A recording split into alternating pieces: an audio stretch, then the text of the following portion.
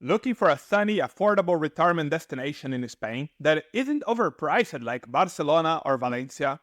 What if I told you there are Spanish cities with amazing weather, high quality of life, and low prices, without the tourist crowds?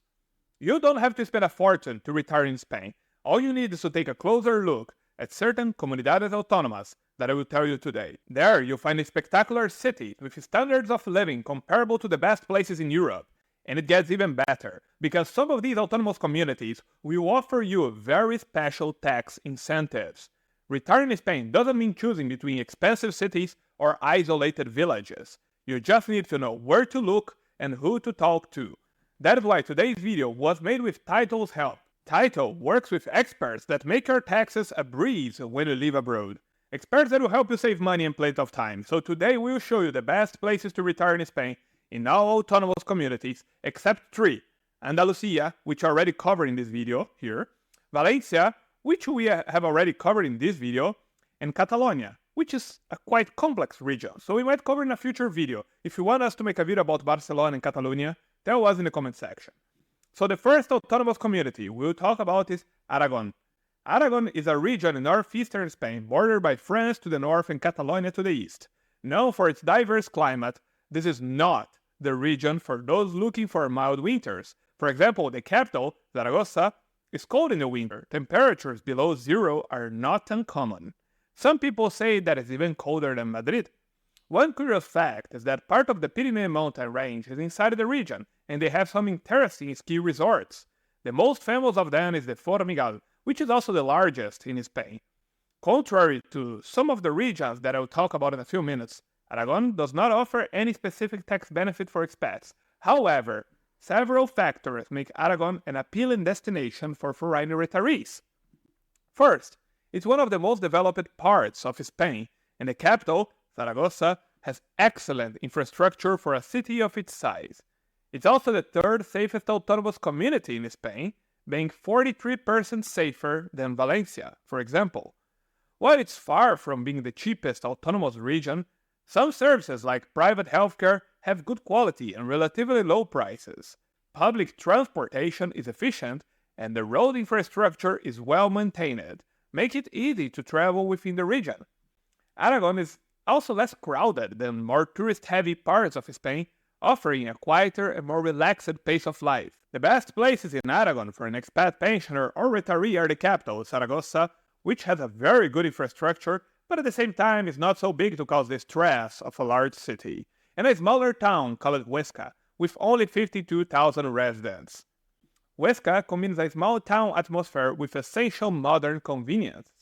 The local supermarkets, pharmacies, and banking services are easily accessible. One of the greatest advantages of Huesca is the healthcare quality.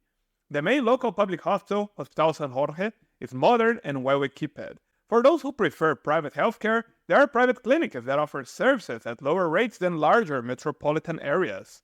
Huesca is just an hour away from Zaragoza by train, which has an international airport, so you can fly elsewhere in Europe.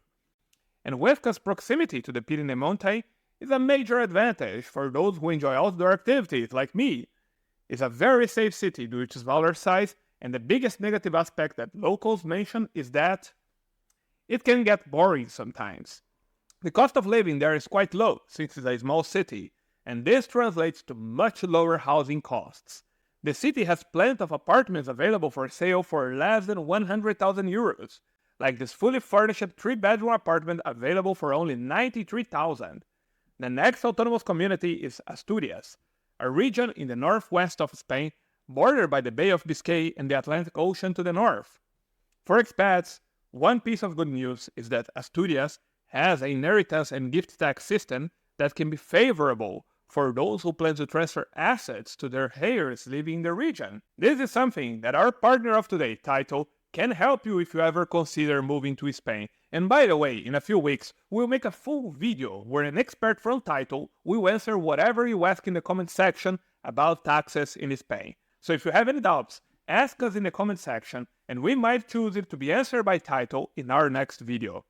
Now going back to Asturias, the biggest downside of this region is that it's quite rainy, very different from the Mediterranean climate of southern Spain. The best cities in the community are Oviedo and Gijón, and only 24 kilometers separate those two cities, but they have some striking differences. Oviedo is the capital of Asturias, and is not exactly at the shore, but inland. It offers a balance between a relaxed lifestyle and the amenities of a mid-sized city. Oviedo has around 220,000 residents. It has a rich cultural scene for a city of its size and a walkable city center.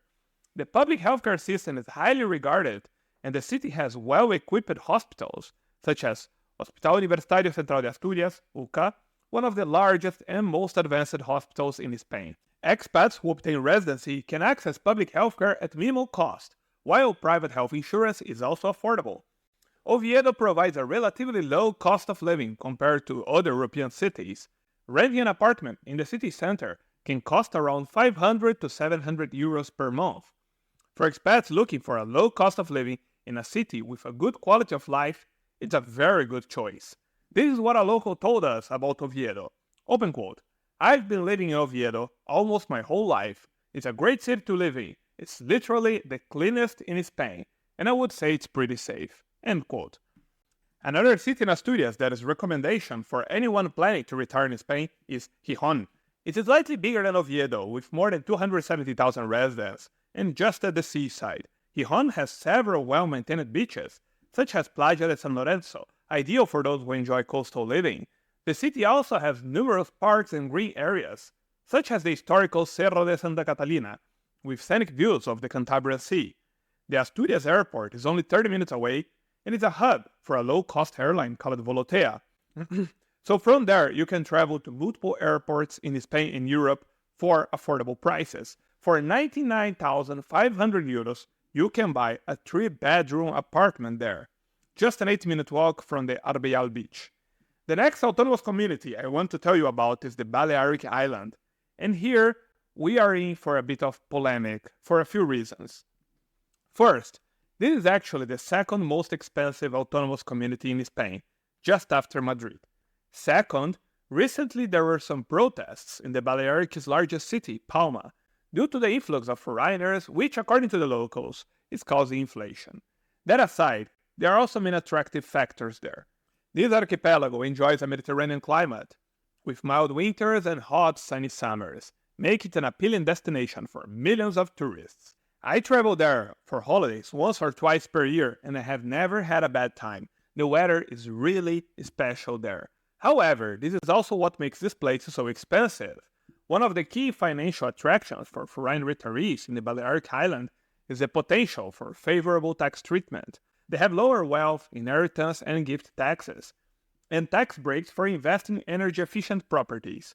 A good place in the archipelago are the cities surrounding Palma de Mallorca, since they have the bulk of the infrastructure and services. Palma also has a large airport, the third largest in Spain in number of passengers, with connections to nearly all European capitals. In a city called Campasilla, just a few kilometers from Palma, you can buy a 40 square meter flat for 169,000 euros. It might seem expensive compared to other parts of Spain, and it is. But hey, at least you are just 2 blocks away from the beach. The next autonomous community is also an archipelago, but it's much cheaper than the Balearic Island. It's a Canary Island, located on the northwest coast of Africa in the Atlantic Ocean. Known for its subtropical climate, it's one of those places where even in the middle of the winter, you can sunbathe at the beach. One curious aspect of these islands is that they are an economic special zone with multiple tax benefits.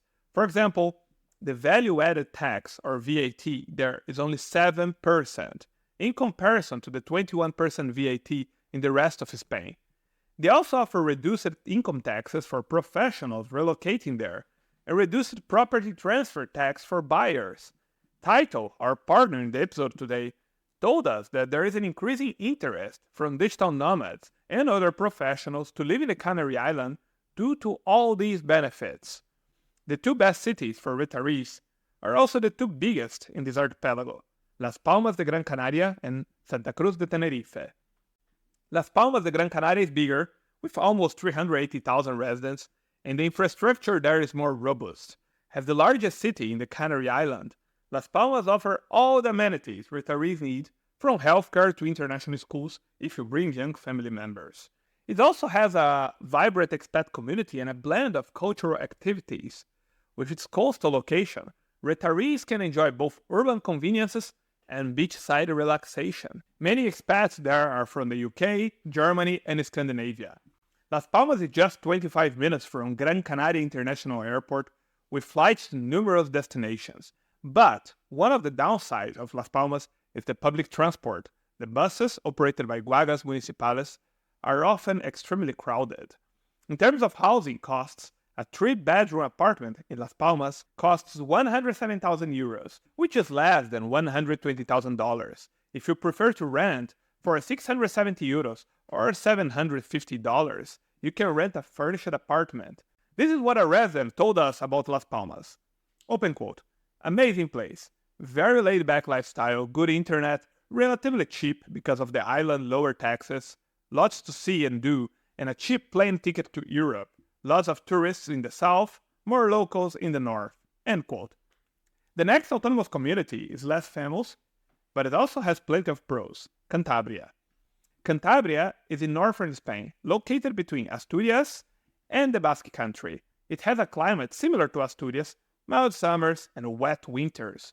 The biggest downside of this autonomous community is that it's the most violent in Spain, with a homicide rate of 1.03. However, to put it into perspective, while being the most violent Spanish community, if Cantabria was a state in the US, it would be the safest, being even safer than Rhode Island. In Cantabria, there are municipal tax reductions in some cities, such as property tax relief for pensioners. Remember that if you are interested in knowing more about these specifics, just ask in the comment section, and in one of our next episodes, we will answer it with an expert for a title. The most recommended city in this autonomous community is Santander. Despite being the regional capital, it's not a big city, with only 172,000 residents. A size that often is considered the perfect balance between the conveniences of urban life and a laid-back lifestyle. This is not the kind of city where you find many expats and tourists, but mostly locals. Therefore, remember that learning Spanish here will be extremely helpful to enjoy what Santander offers to its residents, and it offers a lot. The Cabarceño Natural Park, just outside the city, is a large wildlife park with scenic landscapes and animals in semi-wild habitats. Inside the city, Santander has an excellent healthcare infrastructure. The Hospital Universitario Marqués de Valdecilla is one of the top public hospitals in Spain, offering a wide range of medical services.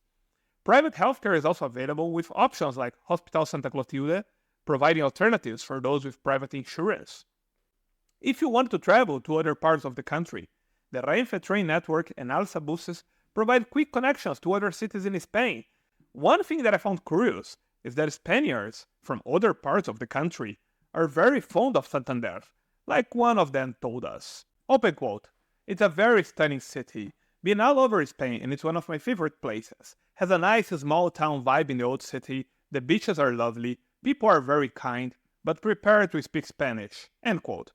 With 91,500 euros or $102,000, you can buy a 2-bedroom flat in Santander, close to the university area and just a few minutes walk from Sardinero Beach.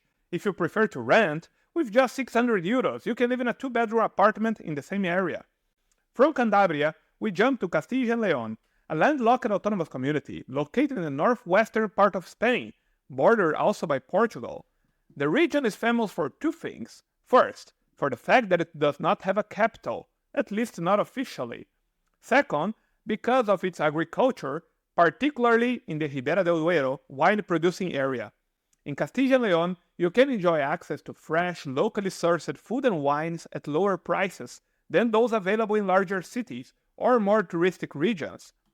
On the financial side, an advantage of Castile and Leon is the regional reductions on inheritance and gift taxes, good for retirees looking to transfer wealth to family members. Castile and Leon apply reductions based on the degree of kinship and the value of the inheritance. The local government also gives incentives for property purchases in rural areas, which could lead to reduced property taxes for retirees willing to settle in smaller towns within the region. One of the best highlights of Castile and Leon is that it's very safe. In fact, the second safest region in Spain, with a homicide rate of 0.33 per 100,000 residents per year. The biggest downside of this region is that the winters are relatively cold, since most of Castile and Leon is located in the inner plateau, a high region of Spain. The two most recommended cities for expats in Castile and Leon are Leon and Salamanca.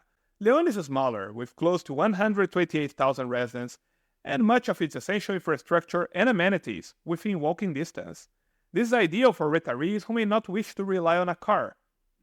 The city center, commercial districts, and medical facilities are all easily accessible on foot or by using the local bus system, which offers reduced fares for seniors. It is also a city with considerably lower costs. Even properties within the old town, near key historical landmarks like the Leon Cathedral or the Casa Botines, are relatively inexpensive. High-speed trains connect Leon to Madrid in just 2 hours. Salamanca is a bit bigger, with almost 150,000 residents, and is very famous because of its university, one of the oldest in the world. The city has a temperate climate with warm summers that are not as extreme as in the southern parts of Spain, and it's a city where a big share of the population is relatively mature. There are more people above 45 years old in Salamanca than below that age. During the school season, there is also a population of students, and a local told us that, surprisingly, the older and the younger parts of the city frequent the same spots. The Tormes River, which runs through Salamanca, offers a pleasant setting for walking, cycling, or relaxing. Along the riverbank, there are well-maintained walking paths and green areas like Parque de los Jesuitas. Another good point about the city is the air quality. Salamanca has consistently air quality better than other larger cities in Spain. The city's relatively low population density and absence of heavy industry contribute to cleaner air, enhancing overall health and well-being for residents. Lastly, but probably most importantly, the cost of living in this part of Spain is lower than average, and that explains why so many students go for exchange there. As we all know, they tend to favor cheaper places. For just $82,500 euros or $92,000, you can buy a flat in a nice, well-located district called San Bernardo, just a few minutes walk from downtown. If instead of buying you prefer to rent, there are multiple offers across the city below 500 euros. From Castile and Leon, we jump into another region with a very similar name, but even cheaper. In fact, our next region has the lowest housing costs in Spain. But before revealing it, I would like to ask a small favor. If you enjoyed this episode, please hit the like and subscribe buttons. So this autonomous community is called Castile-La Mancha, and it has the cheapest prices in Spain for real estate. The average price of a home there is around 1/3 of the price in Madrid, for example. Castile-La Mancha is the largest wine-producing region in Spain, by far. Castile-La Mancha produces so much wine that if it was a country, it would be the third largest producer in the world, just behind Italy and France. And as you might know from our video about Tuscany, where there are wineries, there is good weather, because we humans benefit from the same climate as vineyards. One could even call Castile-La Mancha the Tuscany of Spain. The similarities are plenty. Both regions boast vast rolling landscapes dominated by orchards and olive groves, creating an iconic countryside. Additionally, the architecture in both areas reflects a rich historical heritage with medieval towns, hilltop villages, and old windmills dotting the landscape. In both cases, the cuisine is also an attraction. Castile-La Mancha is famous for its manchego cheese and lamb dishes, all produced locally. The largest city in Castile-La Mancha is Albacete. However, not many people recommend it for expats. On the other hand, the city that receives the highest recommendations is Toledo, a much smaller city with less than 86,000 residents.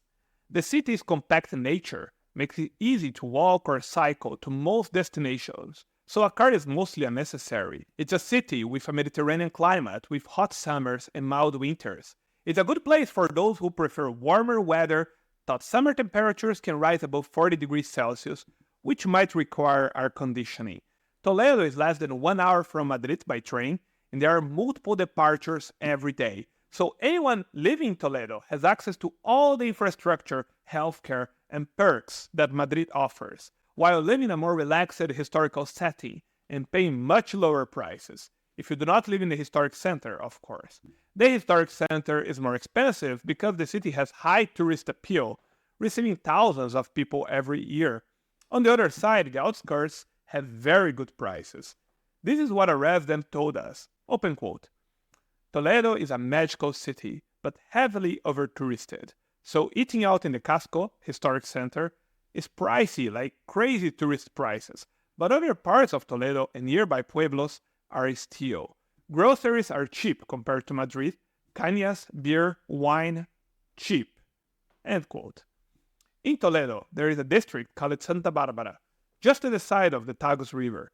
Despite being only 2 kilometers from the historic center, the prices are much lower. You can buy a 3-bedroom apartment in Santa Barbara for only 65,000 euros, less than $73,000. The next autonomous community is Extremadura, located in western Spain, bordering Portugal and Andalusia. It's the second poorest community of Spain by GDP per capita, but there are many pros Extremadura offers for expat retirees. Their government offers interesting benefits for foreigners who want to live and invest there. In fact, if we would talk about all of them, it would take some time. But if you want to know more about these tax incentives, leave us a comment, and in the next video, together with an expert from Title, the one-stop shop for tax matters abroad, we'll answer it. Now, back to the best places to live in Extremadura. The most recommended city in Extremadura for expat retirees is not their capital, Merida, which some people say is average at best, but instead another city that is a bit larger. Merida is quite small. It's Cáceres, a city with 96,000 residents that is a UNESCO World Heritage Site, and it's known for its medieval architecture and vibrant cultural scene. Since this city is located in Extremadura, the cost of living there is much lower than the average, despite being such a pleasant place to live.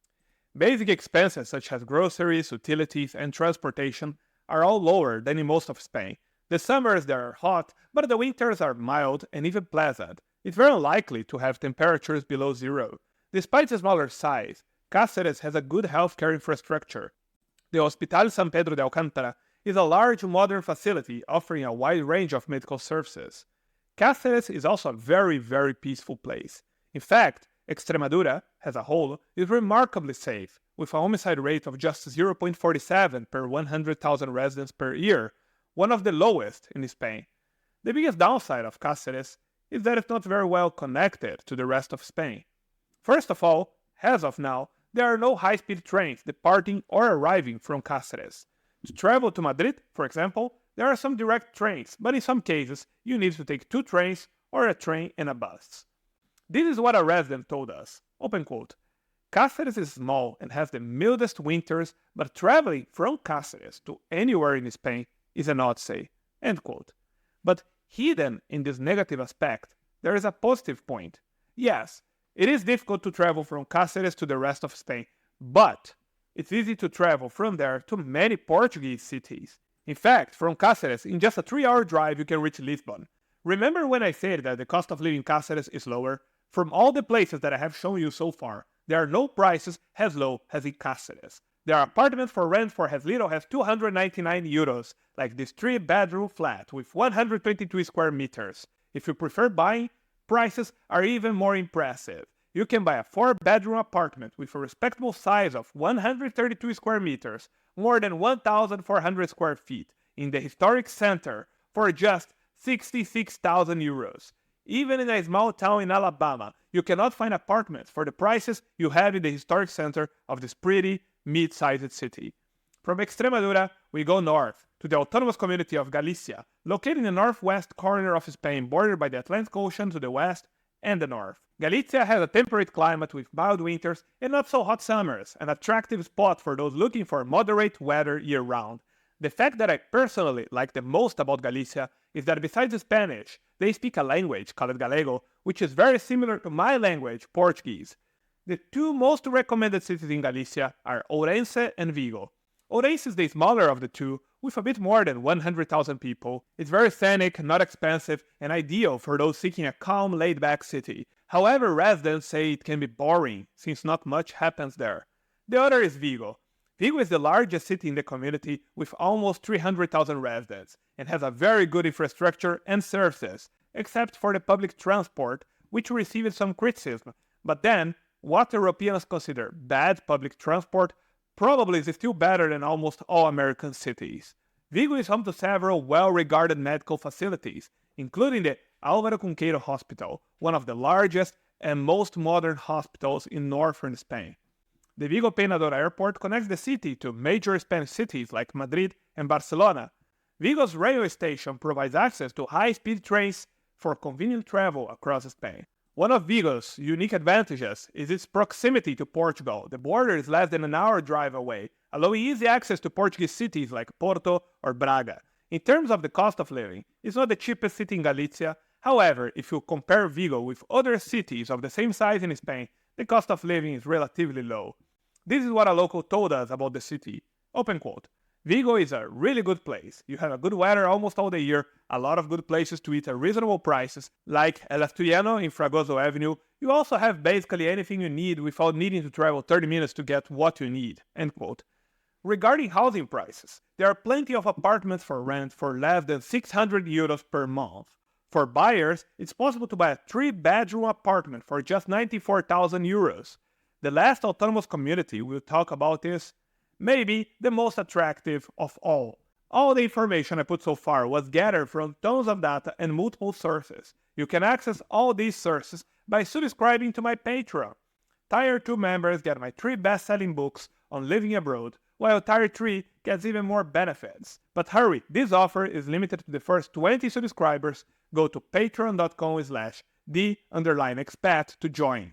So the autonomous community that might be the most attractive of all is Murcia. And why that?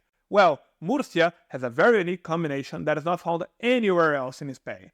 It's the second cheapest autonomous community in mainland Spain, with costs just slightly higher than Castile-La Mancha.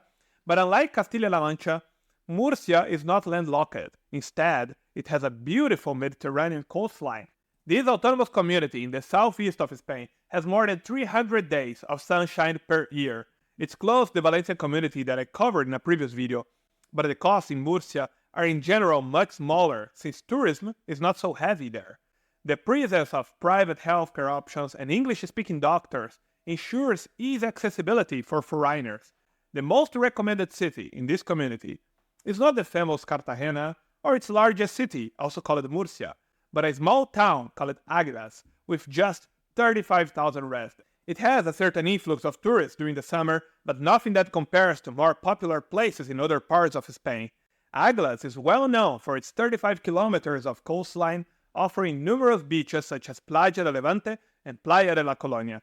These beaches are less crowded than those in larger tourist destinations, providing a more relaxed environment for retirees. In reality, locals told us that there are even some almost desert calas, small beaches, in the region. This is what a local from Águilas told us. Open quote. People from Barcelona or Madrid usually look down on people from Murcia. It must be a Spanish insider joke, but my parents have lived happily there for 20 years. Some of the country's most beautiful beaches are there. There are also beautiful nature parks for hiking everywhere. End quote. Águilas is just half an hour from a larger city called Lorca, so residents are also not far from the convenience of a larger urban area. Despite the small size, Águilas has a growing expat community, primarily from the UK and Northern Europe, and also the integration of the locals is easy if you speak some Spanish. Remember when I said that Murcia, despite having splendid beaches, does not have the same over-tourism as other parts of Spain? The biggest benefit of that is that housing prices there are much lower than in other similar coastal towns. There are many apartments for rent below 550 euros just minutes from the sea.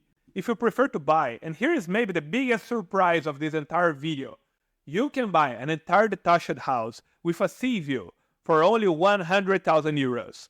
That's less than $112,000. For comparison, the cheapest property with a sea view in Fort Lauderdale, Florida, costs more than 2 times this price. And it's not a house, but a tiny studio. So in my opinion, in terms of cost benefit, it's hard to find a coastal city that will beat Águilas, Murcia. Now remember that Spain is a country formed by autonomous communities, and each has their own tax codes and taxation laws. So if you have any doubt about the taxes in these places I mentioned today, leave your question in the comment section. In a few weeks, together with an expert from Title, we will solve your doubts. Meanwhile, check this video about Andalusia on your left, a very attractive autonomous region that I didn't cover today. because there's so much to say about Andalusia that I made an entire video about it. To watch, just click on this video here on your left.